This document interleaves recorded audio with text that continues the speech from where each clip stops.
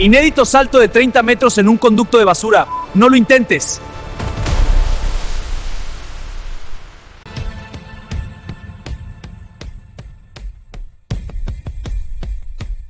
Hola, antes de que entremos en esta historia, quiero pedirte un pequeño favor. Si al escuchar esto sientes que algo resuena contigo, si alguna vez has sentido el peso del silencio, te invito a que te suscribas al canal y dejes tu me gusta. Es un gesto pequeño, pero nos ayuda a seguir compartiendo estas realidades que a veces preferimos ignorar. Gracias por estar ahí. El sonido de una bolsa de basura cayendo por un conducto de 30 metros es inconfundible. No es un golpe seco, es una serie de choques violentos, un eco metálico que reverbera en las paredes del edificio como si fueran las costillas de un gigante enfermo. Primero escuchas el zumbido del aire comprimiéndose, luego el primer impacto contra el acero galvanizado del tercer piso, luego el del segundo, y finalmente, el estruendo húmedo y definitivo cuando aterriza en el compactador del sótano. Yo conozco ese sonido mejor que la voz de mi propia esposa.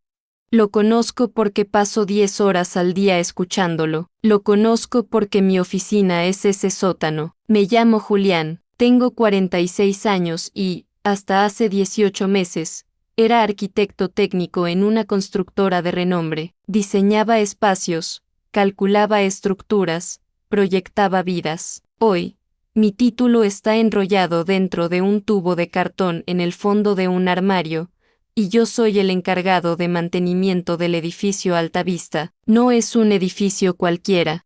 Es el edificio donde vive mi cuñado, Roberto, y, por una de esas ironías crueles de la vida, es el edificio donde yo mismo estuve a punto de comprar un apartamento hace 3 años, antes de que la empresa quebrara, antes de que las deudas se comieran nuestros ahorros, y antes de que la vergüenza se instalara en mi mesa a la hora de la cena. Todo comenzó un viernes por la noche. Esos son los peores días.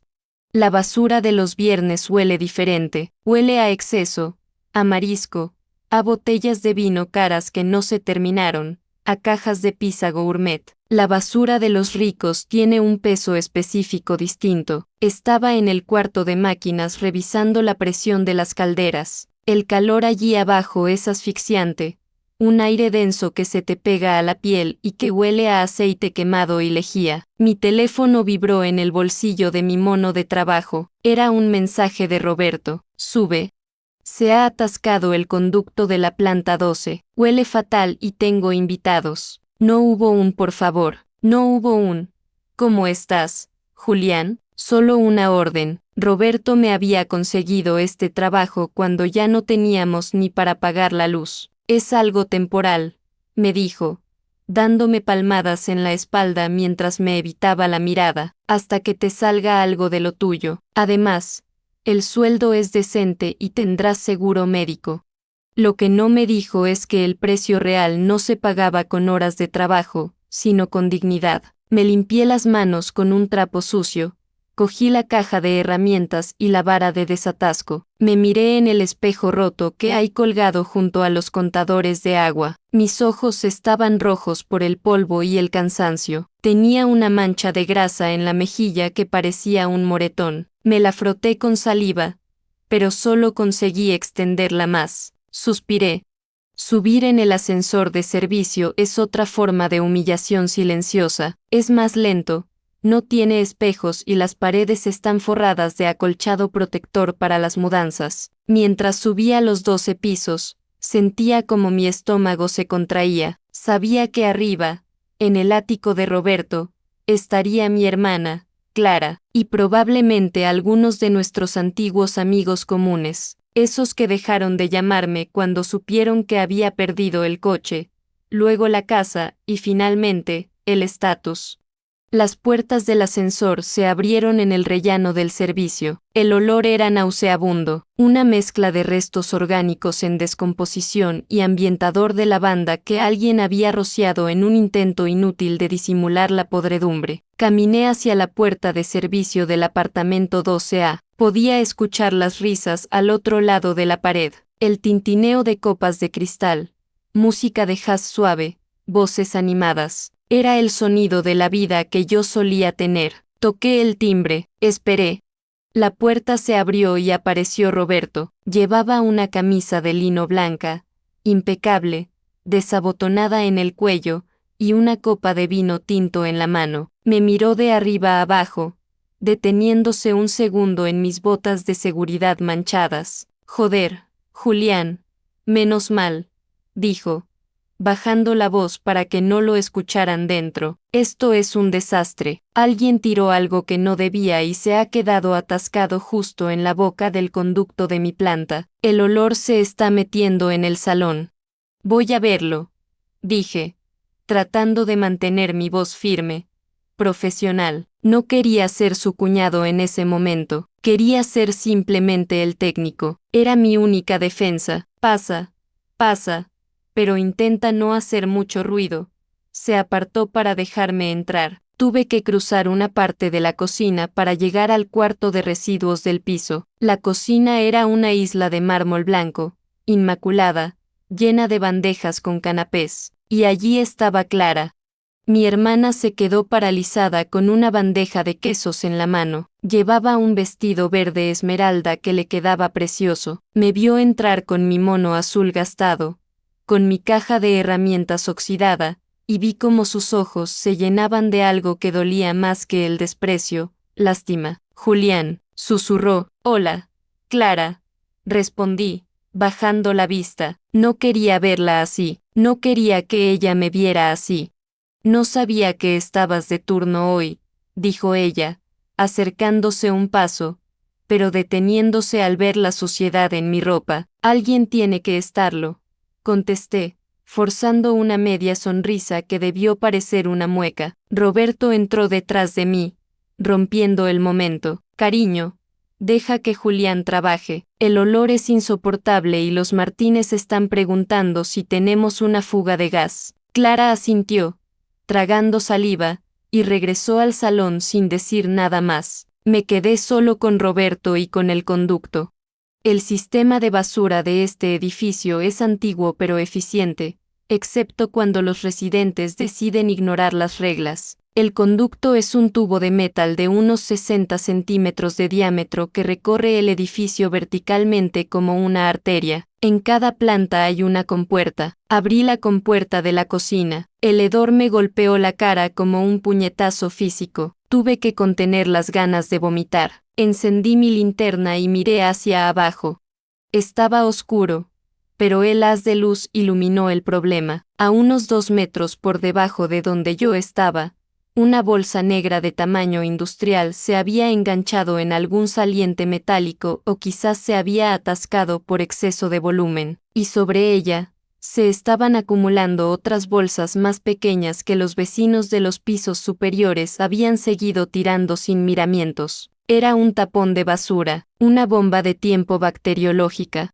¿Y bien?, preguntó Roberto desde el umbral, tapándose la nariz con un pañuelo de seda. ¿Puedes sacarlo? Está atascado abajo. No llego con la vara desde aquí, expliqué, evaluando la distancia. Tendré que intentar empujarlo desde el piso de arriba, el 13, o usar el gancho pesado. El 13 está vacío.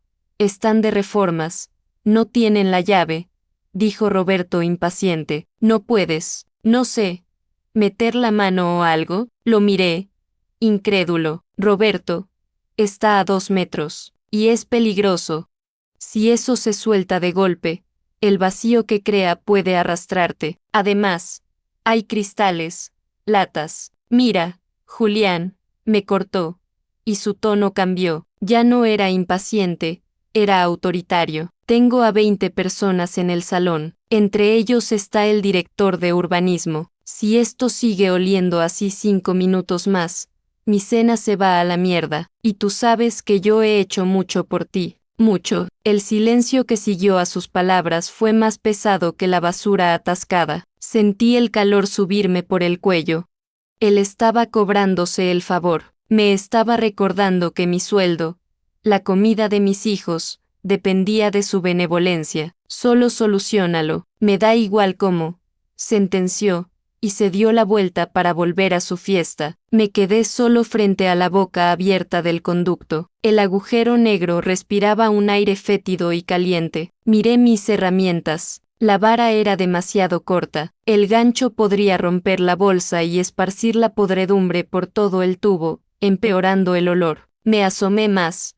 Podía ver el nudo de la bolsa grande. Estaba ahí, casi al alcance, burlándose de mí. Si tan solo pudiera engancharla y tirar hacia arriba para desatascarla, o empujarla con fuerza para que cayera. Fue entonces cuando cometí el primer error de esa noche, un error nacido de la desesperación, de la vergüenza y de la necesidad de desaparecer de esa cocina lo antes posible. Busqué una silla, me subí a ella, y metí la parte superior de mi cuerpo dentro del conducto de basura.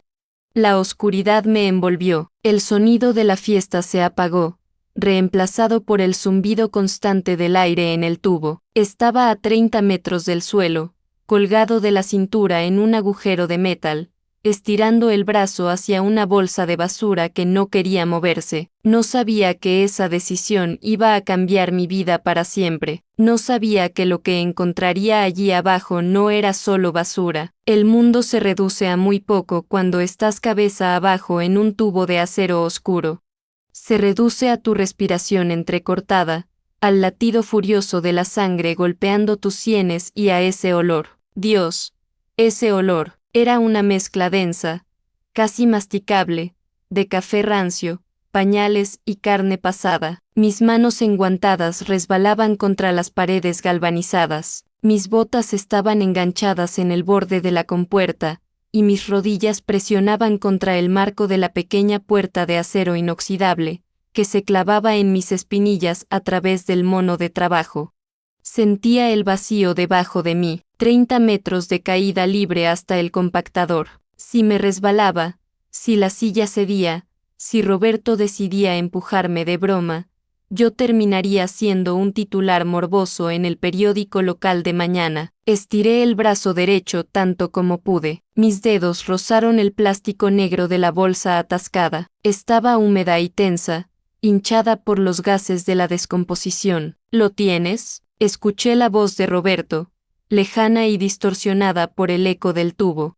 Sonaba impaciente, como quien espera que le sirvan un café. No contesté, no tenía aire para contestar. Con un gruñido de esfuerzo, clavé los dedos en el nudo de la bolsa. Estaba duro, apretado. Tiré hacia arriba, pero el peso de las otras bolsas que se apilaban encima la mantenía inmovilizada contra un remache saliente del conducto. El sudor me corría por la frente y me entraba en los ojos, picándome, cegándome. Vamos, Julián, pensé, no eres un arquitecto, ahora eres esto, haz tu trabajo.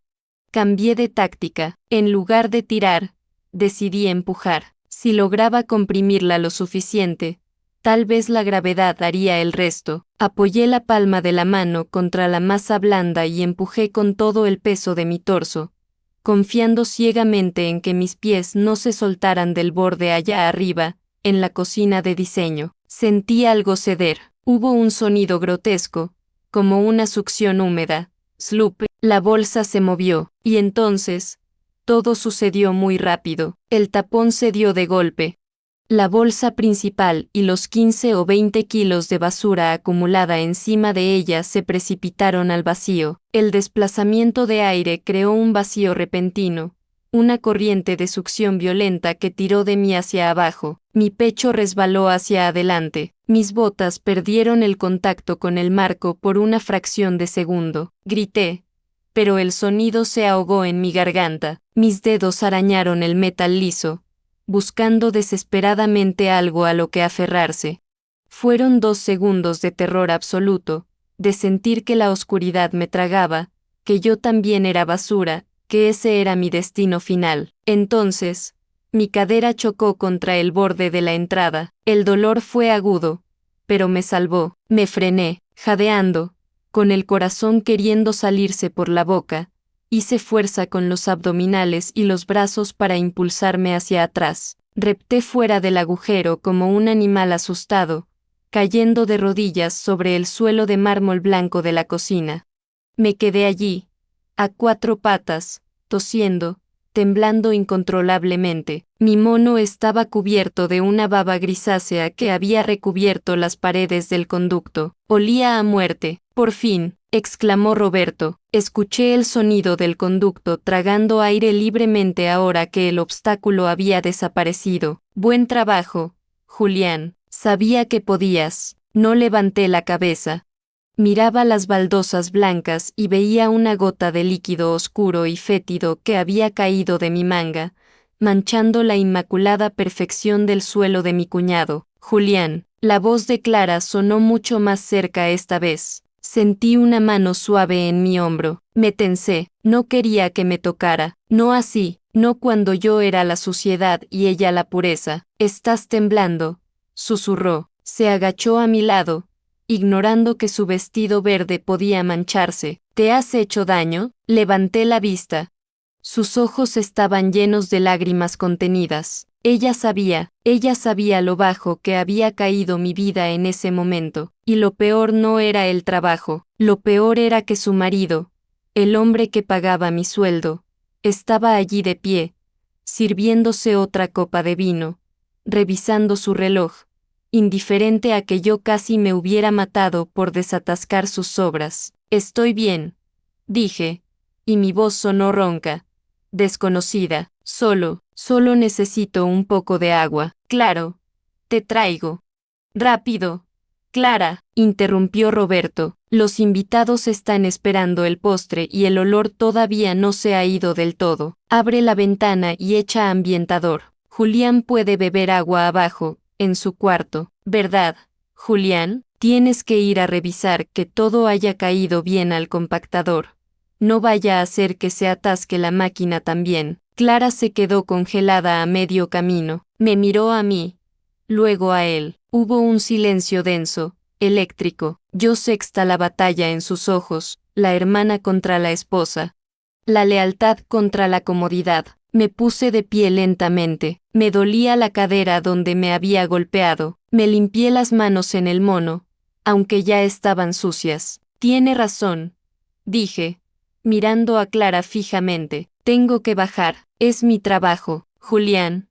No, empezó ella. Gracias por la oportunidad, Roberto, dije, con un tono tan plano que pareció servil, aunque por dentro me estaba quemando. Que disfrutéis de la cena. Salí de la cocina sin mirar atrás. Crucé el pasillo de servicio. Bajé por el ascensor acolchado y sentí como la soledad volvía a abrazarme. El descenso al sótano fue lento. Me miré las manos. Temblaban, no de miedo. No ya, temblaban de una rabia fría y silenciosa que empezaba a cristalizar en mi estómago. Al llegar al sótano, el ruido de las máquinas era un consuelo. Era un ruido honesto. Caminé hacia la sala de compactación. Tenía que asegurarme de que la avalancha de basura no hubiera bloqueado el mecanismo hidráulico. Era el procedimiento. El olor allí abajo era el infierno concentrado. La compuerta del compactador estaba abierta. La montaña de bolsas que había caído desde el piso 12 y los superiores formaba un montículo caótico sobre la cinta transportadora. Había bolsas rotas, restos de comida esparcidos, botellas de cristal hechas añicos. Me acerqué para activar el pistón manual y aplastar todo aquello, para hacerlo desaparecer, para borrar la evidencia de esa noche, pero entonces vi algo. Entre los restos de una bolsa negra de basura industrial, la misma que había causado el atasco, la que venía del piso de Roberto, había algo que brillaba bajo la luz fluorescente y parpadeante del techo. La bolsa se había rasgado al impactar o al ser arrastrada. Entre cáscaras de langosta y servilletas de tela manchadas de vino tiraban servilletas de tela, asomaba una carpeta de plástico azul, un azul intenso, corporativo. Me acerqué. No debería haberlo hecho. Mi trabajo es compactar, no investigar. Pero ese azul, yo conocía ese tono de azul. Era el color corporativo de Constructora Vértice, la empresa donde yo había trabajado, la empresa que había quebrado, dejándome en la calle, sin indemnización y con deudas impagables. Mi corazón dio un vuelco extraño. ¿Por qué Roberto tendría una carpeta de mi antigua empresa en su basura? Él trabajaba en finanzas, en un sector completamente distinto. Nunca había tenido relación con Vértice. Miré hacia la cámara de seguridad que apuntaba a la entrada del cuarto. Estaba sucia y el piloto rojo no parpadeaba. Llevaba meses estropeada. Nadie me veía. Extendí la mano y saqué la carpeta de entre los restos de comida. Estaba manchada de salsa, pero el plástico había protegido el interior. La abrí. Lo que vi en la primera página me hizo olvidar el olor, el dolor en la cadera y la humillación de la cocina. Sentí un frío distinto, un frío que no venía del aire acondicionado ni de la suciedad, sino de una comprensión repentina y aterradora. Mis manos empezaron a temblar de nuevo, pero esta vez no era rabia, era miedo y confusión. Allí, bajo el logotipo de la empresa que arruinó mi vida, estaba el nombre de Roberto, y una fecha de hace 3 años. Justo 2 meses antes de que la empresa declarara la quiebra fraudulenta que se llevó mis ahorros. ¿Qué mierda es esto?, susurré al vacío del sótano. No eran simples papeles, eran actas, y en el margen, escrita con la inconfundible caligrafía picuda de mi cuñado, había una anotación: plan barrio ejecutado. J. Fuera. Activos transferidos. J. Julián. El sonido del ascensor bajando rompió el silencio. Alguien venía al sótano. Cerré la carpeta de golpe y la metí dentro de mi mono, pegada a mi pecho, donde el corazón golpeaba tan fuerte que dolía. El ascensor de servicio llegó al sótano con un suspiro hidráulico. Las puertas de metal se abrieron lentamente y allí estaba él, Roberto. No había bajado ningún vecino despistado. Era mi cuñado. Se había quitado la chaqueta y llevaba las mangas de la camisa remangadas hasta los codos. En su mano derecha sostenía una botella de vino sin abrir, una de esas reservas caras que le gusta presumir. Julián, dijo, dando un paso hacia el interior de la sala de compactación. Sus ojos escanearon la habitación rápidamente, deteniéndose en la cinta transportadora donde yacía el montón de basura revuelta. Me sentía mal. Clara me ha echado la bronca. Dice que te he tratado como a un empleado cualquiera. Se acercó, forzando una sonrisa que no le llegaba a los ojos. Yo sentía la carpeta de plástico rígida contra mis costillas, debajo del mono, fría y dura como una sentencia. Mi corazón latía tan fuerte que temí que pudiera verlo moverse a través de la tela sucia. No te preocupes, dije. Mi voz sonó extrañamente tranquila, una calma nacida del shock. Es mi trabajo, Roberto. Tú me lo conseguiste. ¿Recuerdas? Él soltó una risita nerviosa y miró hacia la máquina. Sí. Bueno, mira.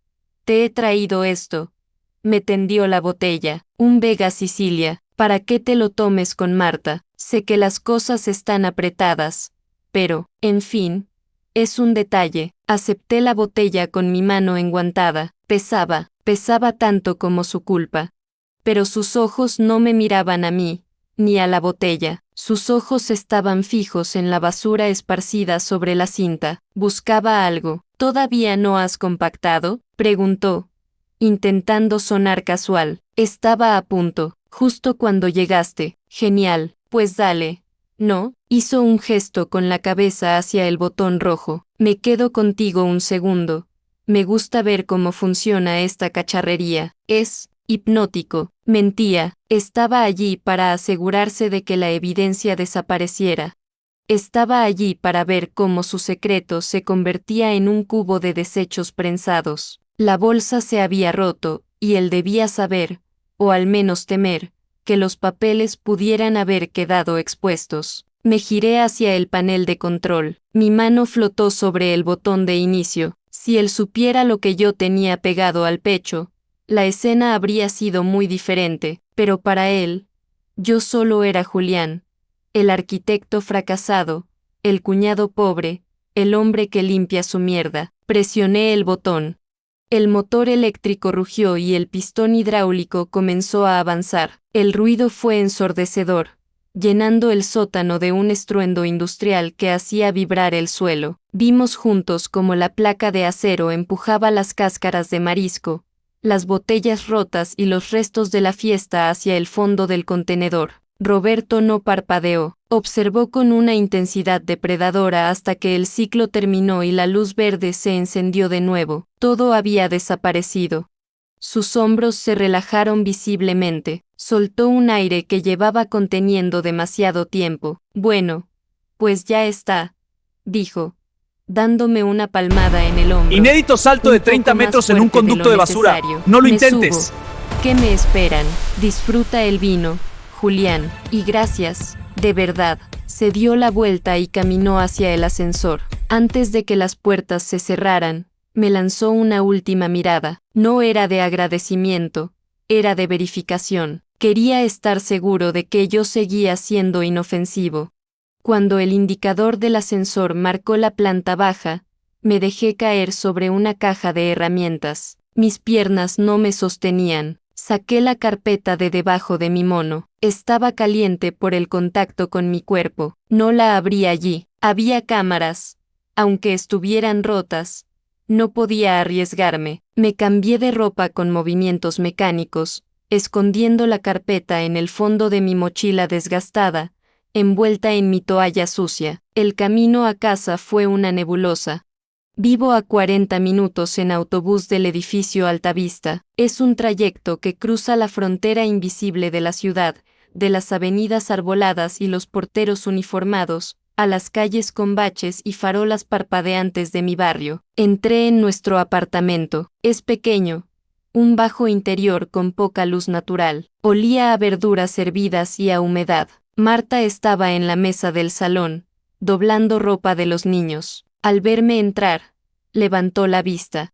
Sus ojos tenían esas ojeras permanentes que se habían instalado en su rostro hace 2 años. Hola, cariño, dijo, sonriendo con esfuerzo. ¿Qué tal el turno? Largo, respondí. Dejé la botella de vino sobre la mesa. Ella la miró con sorpresa. ¿Y esto? Regalo de Roberto. Marta frunció el ceño levemente. Ella nunca perdonó del todo a su hermano por no habernos prestado dinero cuando el banco nos quitó la casa, pero lo toleraba por mí, por el trabajo. ¡Qué generoso!, dijo con ironía triste. ¿Cenamos? He hecho crema de calabacín. No tengo hambre. Marta, me duele un poco la cabeza. Voy a darme una ducha y me acuesto. Necesitaba estar solo. Necesitaba leer. Me encerré en el baño. Es el único lugar de la casa que tiene pestillo. Abrí el grifo de la ducha para que el ruido del agua camuflara cualquier sonido. Me senté en la tapa del inodoro y saqué la carpeta azul. Mis manos temblaban mientras pasaba las páginas. Eran documentos técnicos, balances contables y correos electrónicos impresos. Leí, y a cada línea que leía, el mundo se reordenaba en mi cabeza. No era solo que Roberto se hubiera beneficiado de la quiebra, era mucho peor. Encontré un correo fechado 4 meses antes de mi despido. El remitente era el CEO de Vértice, mi antiguo jefe. El destinatario era una sociedad limitada llamada Inversiones G. Roberto García. El asunto del correo era lista de activos tóxicos y personal prescindible. Mis ojos buscaron mi nombre, y allí estaba, en una tabla de Excel pegada en el cuerpo del correo, junto a mi nombre, en la columna de observaciones, ponía vínculo familiar con el comprador, útil para la transición técnica, luego descartar, riesgo emocional, bajo, no reclamará. Roberto no me había conseguido el trabajo de conserje por caridad. Roberto había comprado los restos de mi empresa a precio de saldo, utilizando información privilegiada que probablemente yo mismo le había dado en nuestras cenas familiares, cuando le contaba inocentemente los problemas de liquidez de la constructora. Él sabía que la empresa iba a caer. Él ayudó a empujarla, y en el reparto del botín, él se quedó con los edificios rentables y dejó que la plantilla se hundiera. Siguió leyendo. Había un documento de transferencia bancaria. Una comisión de éxito pagada a Roberto por la liquidación rápida de los activos. La cifra tenía 5 ceros. Hice el cálculo mental rápido. La fecha coincidía con la semana en que Roberto se compró el ático en Altavista, la misma semana en que yo tuve que vender mi coche para pagar la hipoteca de un mes más, antes de perderlo todo. El dinero que pagó su lujo era el dinero de mi ruina. Apagué la ducha. El silencio en el baño era absoluto, pero en mi cabeza había un grito ensordecedor. Me miré en el espejo. Vi a un hombre de 46 años, con canas prematuras, vestido con ropa barata. Vi al pobre Julián, pero detrás de esa imagen patética, algo estaba cambiando. La vergüenza que había sentido en la cocina de Roberto, esa humillación pegajosa que llevaba arrastrando meses, desapareció, se evaporó. Lo que quedó en su lugar fue algo frío, afilado y peligroso. Guardé los papeles en la carpeta. No iba a confrontarlo, no todavía. Si iba ahora a su casa y le gritaba, él lo negaría, llamaría a seguridad, me despediría y yo seguiría siendo el loco perdedor. Él tenía el dinero, el poder y la credibilidad. Yo tenía basura, pero a veces, en la basura, encuentras el arma del crimen. Salí del baño. Marta ya estaba en la cama, dormida. Me acerqué a la ventana del salón que da a un patio interior oscuro. Saqué mi teléfono móvil. Tenía un mensaje de Roberto. Oye, Julián.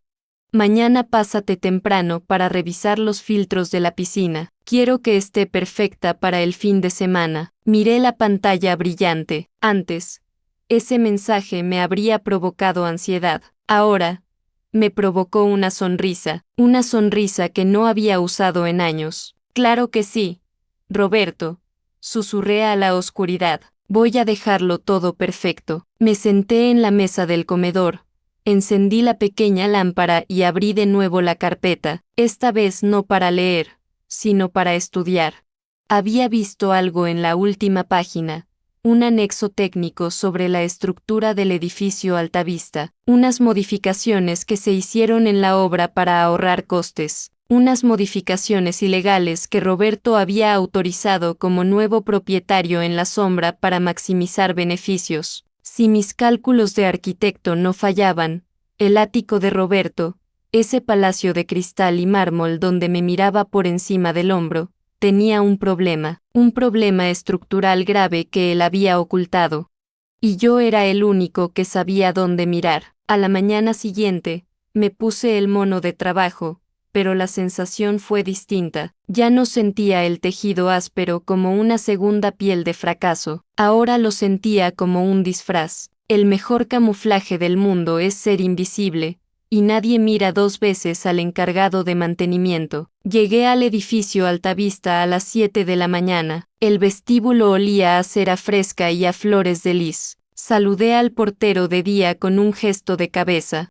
Él ni siquiera levantó la vista de su teléfono. Perfecto. Tenía una orden directa de Roberto, revisar la piscina privada del ático. Quería que el agua estuviera cristalina para el fin de semana. Lo que él no sabía es que yo no subía a limpiar filtros. Subía a realizar una inspección técnica estructural. El ascensor me dejó en la planta 12. De ahí, subí por la escalera de caracol de servicio que lleva a la terraza privada del ático. El cielo estaba despejado, un azul insultante que contrastaba con la oscuridad de mis pensamientos. La terraza de Roberto es una obscenidad de lujo, teca importada, maceteros de hormigón gigante con olivos centenarios subidos con grúa y, presidiendo todo, la piscina, una infinity pool que se asoma al borde del edificio, dando la sensación de nadar en el vacío. Me arrodillé junto al borde, no miré el agua, miré la base. Según los documentos que había encontrado en la basura, para construir esta terraza y soportar el peso de 30 toneladas de agua y hormigón, Roberto había autorizado la eliminación de 2 vigas maestras en la planta inferior para ganar altura en el salón, compensando la carga con unos refuerzos de acero que, según los papeles, eran de una calidad inferior a la proyectada. Se había ahorrado un 40% en materiales estructurales. Ese dinero, supuse, había ido a parar a su cuenta en las Islas Caimán o a su colección de vinos. Saqué mi navaja y rasqué la pintura blanca inmaculada justo donde la losa de la piscina se encontraba con el muro de carga del edificio. Ahí estaba. No era una grieta escandalosa, era una línea fina, casi imperceptible, como un cabello humano dibujado en la pared. Pero para un arquitecto técnico, esa línea gritaba, era una fisura de cortante. Significaba que la estructura no estaba aguantando el peso, el edificio se estaba quejando, estaba cediendo milímetro a milímetro. Seguí la línea con la mirada, bajaba hacia el falso techo del salón de abajo, me colé en el cuarto de máquinas de la piscina, un cubículo estrecho y ruidoso. Allí, lejos de la pintura decorativa, la verdad estaba desnuda. El hormigón presentaba microfisuras en forma de tela de araña. Saqué mi teléfono y empecé a hacer fotos. Fotos de los anclajes, fotos de las grietas, fotos de las marcas de los materiales baratos que no cumplían la normativa. Mis manos, que la noche anterior temblaban, ahora eran firmes como las de un cirujano. De repente, la puerta corredera de la terraza se abrió. Me agazapé detrás de la depuradora. Era Clara, llevaba una bata de seda y una taza de café en la mano. Salió a mirar la ciudad, ajena a que estaba de pie sobre una bomba de relojería de hormigón armado. La sexta suspirar. Se abrazó a sí misma, como si tuviera frío a pesar del sol. Sentí una punzada de culpa. Si yo tiraba de la manta, si yo exponía lo que Roberto había hecho, su vida también se derrumbaría. Perderían la casa. Roberto iría a la cárcel por fraude y negligencia criminal. Ella se quedaría sin nada, igual que me quedé yo. Pero entonces recordé la mirada de lástima de anoche. Recordé a mis hijos cenando arroz 3 días seguidos. Y recordé que esa grieta no iba a dejar de crecer solo porque yo guardara silencio. Si no hacía nada, esto colapsaría, y entonces no perderían el dinero, perderían la vida. Clara terminó su café y volvió a entrar. Salí de mi escondite y terminé el trabajo. Limpié los filtros de la piscina como un buen empleado. Dejé el agua cristalina. Quería que Roberto se sintiera seguro. Quería que creyera que seguía teniendo el control absoluto. Bajé al sótano a media mañana. Me senté en mi escritorio, rodeado de tuberías y ruido, y encendí mi viejo ordenador portátil. No era una máquina potente, pero tenía lo único que necesitaba, un programa de cálculo de estructuras que conservaba de mis tiempos de arquitecto. Durante las siguientes 4 horas, no fui el conserje, fui Julián, el técnico. Introduje los datos reales, el peso del agua, la calidad del acero barato especificado en las facturas de la basura, la eliminación de los pilares. El resultado apareció en la pantalla en una barra roja parpadeante, coeficiente de seguridad 0.8. Cualquier cosa por debajo de 1.0 significa colapso inminente. El edificio se mantenía en pie por pura inercia, por la reserva de resistencia de los materiales vecinos, pero estaba al límite. Una fiesta con mucha gente bailando, un viento fuerte, o simplemente el paso de unos meses más, y el ático de Roberto se convertiría en escombros, arrastrando probablemente a los pisos inferiores. Imprimí el informe, lo grapé junto con las fotocopias de los documentos financieros que probaban el fraude de mi empresa y la implicación de Roberto. Tenía en mis manos un dossier de 50 páginas. Era pesado, era la destrucción total de Roberto García. A las 5 de la tarde, mi teléfono sonó. Era él, Julián. ¿Qué tal la piscina? Tengo gente el sábado. Impecable.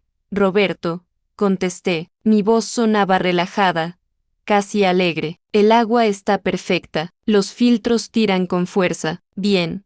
Bien. Así me gusta. Oye, pásate luego por casa. Tengo unas camisas que ya no uso. Son de marca.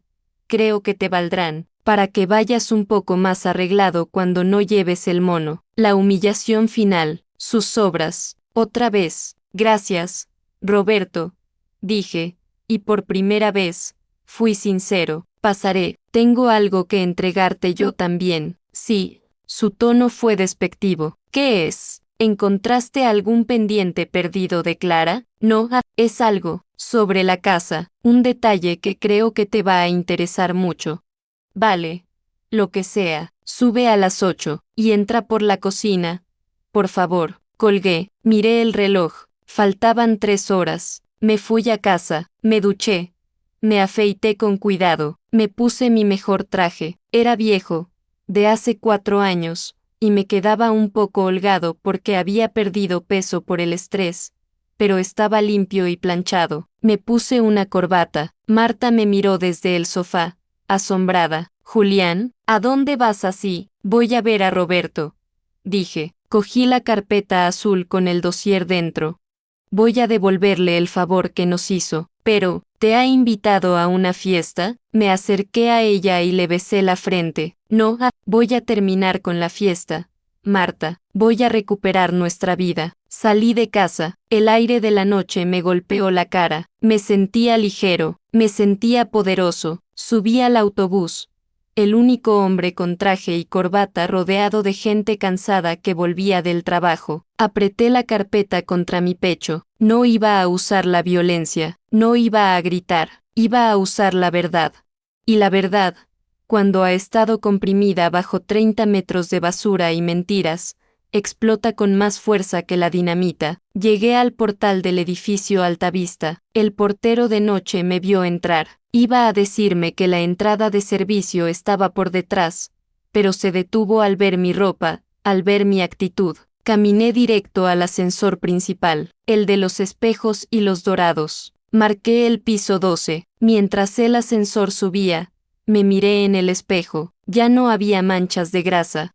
Ya no había ojos rojos. Había un arquitecto que iba a presentar su proyecto final. Las puertas se abrieron. Caminé hacia la puerta principal del ático, no la de servicio. Toqué el timbre, esperé, escuché pasos. La puerta se abrió. Roberto estaba allí, con su copa de vino, sonriendo, esperando ver al conserje humilde por la puerta de la cocina. Su sonrisa se congeló al verme allí, de pie en su umbral, vestido como un igual, con una carpeta azul bajo el brazo. «¿Julián?», preguntó, confundido. «Te dije que entraras por. ¿Qué haces vestido así?». Le miré a los ojos. Mantuve la mirada hasta que él parpadeó, incómodo. «Tenemos que hablar, Roberto, y no va a ser en la cocina». Empujé la puerta suavemente y entré en su salón. El salón estaba en silencio, salvo por el suave zumbido del aire acondicionado central. Roberto se quedó de pie en medio de la estancia, con la copa de vino inclinada peligrosamente en su mano. Me miraba como si fuera un fantasma, o peor, como si fuera un error del sistema que no debería estar allí. «¿Se puede saber qué te pasa?», soltó, recuperando esa arrogancia defensiva que también conocía. «¿Te has bebido la botella que te regalé antes de venir?». No contesté. Caminé despacio hasta la mesa de centro, una pieza de cristal templado sobre una base de madera fósil. Con movimientos deliberados, dejé caer la carpeta azul sobre el cristal. El sonido fue seco, pesado. Un clac que resonó en la habitación como un disparo con silenciador. «Siéntate, Roberto». «¿Cómo dices?». «Mira, Julián, no sé qué película te has montado, pero tengo invitados en media hora y tú, he dicho que te sientes». Mi voz no se alzó ni un decibelio, pero tenía un tono metálico, definitivo, el tono de alguien que sabe que tiene la mano ganadora. Roberto vaciló. Miró hacia el pasillo, temiendo que Clara apareciera, y luego, con un suspiro de exasperación teatral, se dejó caer en el sofá de cuero blanco. «Venga, acaba con esto. ¿Qué quieres? ¿Un aumento? ¿Dinero prestado?». Me senté en el sillón frente a él. Me desabroché el botón de la chaqueta con calma. «No quiero tu dinero, Roberto. De hecho, gran parte de ese dinero ya era mío, ¿verdad? O al menos, era el sueldo que me gané y que tú te quedaste al liquidar Vértice». Su cara palideció ligeramente, pero intentó mantener la compostura. «No sé de qué hablas. Vértice quebró. Fue una tragedia para todos». Me incliné hacia adelante y abrí la carpeta. Saqué primero la copia del correo electrónico con el asunto lista de activos tóxicos. Lo deslicé sobre la mesa hasta detenerlo frente a él. Roberto bajó la mirada. Sus ojos recorrieron el papel. Vi cómo se le tensaba la mandíbula. Vi cómo la nuez de su garganta subía y bajaba al tragar saliva.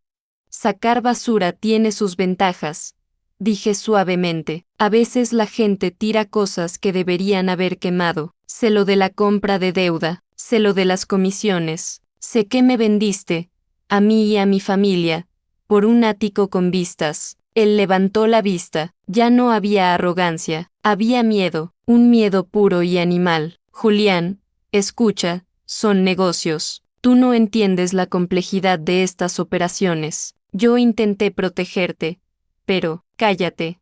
Le interrumpí, sacando el segundo documento.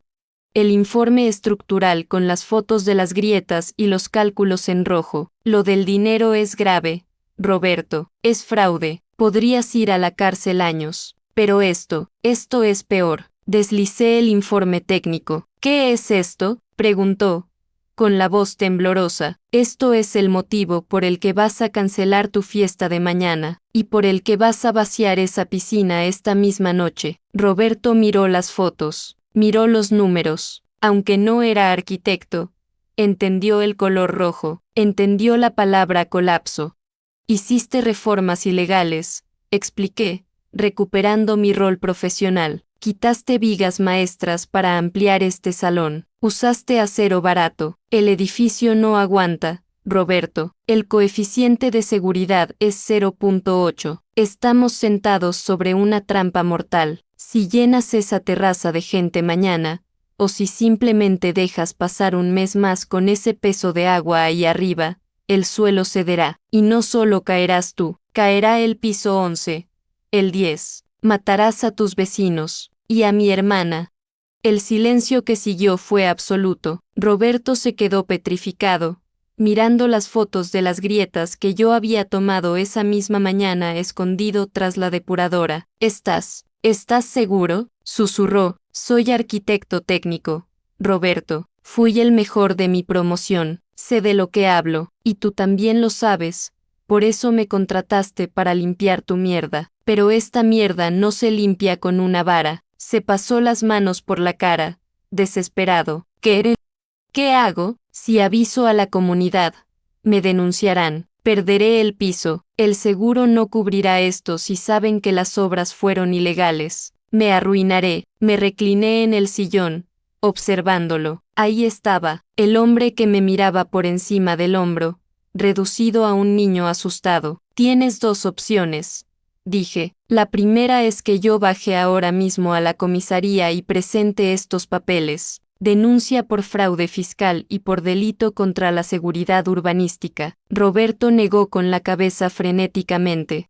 La segunda, continué, es que mañana mismo contrates una empresa de ingeniería estructural para un refuerzo de emergencia. Vaciarás la piscina hoy, dirás que tiene una fuga, pagarás la obra de tu bolsillo, venderás el coche, las acciones, lo que sea necesario para asegurar el edificio. Y en cuanto a mí, me puse de pie. ¿Qué quieres? ¿La mitad? ¿Todo?, preguntó él, derrotado. Quiero mi dignidad, Roberto. Me acerqué a la mesa y recogí la carpeta. No iba a dejársela, era mi seguro de vida. Vas a devolver cada céntimo que le debes a los empleados de Vértice que dejaste en la calle, anónimamente, si quieres. Me da igual cómo lo hagas, pero lo harás, y el lunes presentaré mi renuncia como conserje. Me buscarás un puesto en una de las empresas de tus amigos, un puesto de arquitecto, no porque me hagas un favor, sino porque soy bueno y porque tú vas a recomendarme como si te fuera la vida en ello. En ese momento, la puerta del pasillo se abrió. Clara apareció, arreglada para la cena, radiante pero con esa sombra de tristeza perpetua en los ojos. Se detuvo al vernos, a su marido hundido en el sofá, pálido como un muerto, y a mí, de pie, con mi traje viejo pero con la espalda recta por primera vez en años. ¿Pasa algo?, preguntó ella, notando la tensión eléctrica en el aire. Miré a Roberto. Él me devolvió la mirada, suplicante. Su vida entera pendía de mi silencio. No pasa nada, Clara, dije, esbozando una sonrisa tranquila. Roberto y yo solo estábamos arreglando unos problemas estructurales, pero creo que ya está todo claro, ¿verdad, Roberto? Él asintió lentamente, incapaz de hablar. Me voy, dije, caminando hacia la puerta. Que tengáis buena noche. Salí del ático, no esperé el ascensor, bajé por las escaleras. 12 pisos. Mis pasos resonaban en el hueco de la escalera, firmes, rítmicos. Al salir a la calle, el aire de la noche me pareció el más puro que había respirado nunca. No tenía dinero en el bolsillo. Seguía viviendo en un bajo interior, pero mientras caminaba hacia la parada del autobús, saqué el móvil y llamé a Marta. Julián, contestó ella, preocupada. ¿Estás bien? Miré hacia arriba, hacia la última planta del edificio Altavista, donde una luz acababa de encenderse en la terraza. Vi la silueta de Roberto moviéndose frenéticamente, empezando a vaciar la piscina. Sí, Marta, dije, y sentí cómo se me llenaban los ojos de lágrimas. Pero esta vez eran de alivio. Estoy bien, pon la mesa. Llego para cenar, y creo que las cosas van a cambiar a partir de ahora. El autobús llegó, subí y me senté junto a la ventana. El reflejo en el cristal me devolvió la imagen de un hombre cansado. Sí, pero un hombre que ya no cargaba con basura ajena. La justicia a veces no llega con un mazo de juez, a veces llega en una bolsa de plástico rota, rescatada de la oscuridad de un sótano. Esta historia no termina aquí. Hay relatos que nunca pude subir al canal. El enlace está en la descripción.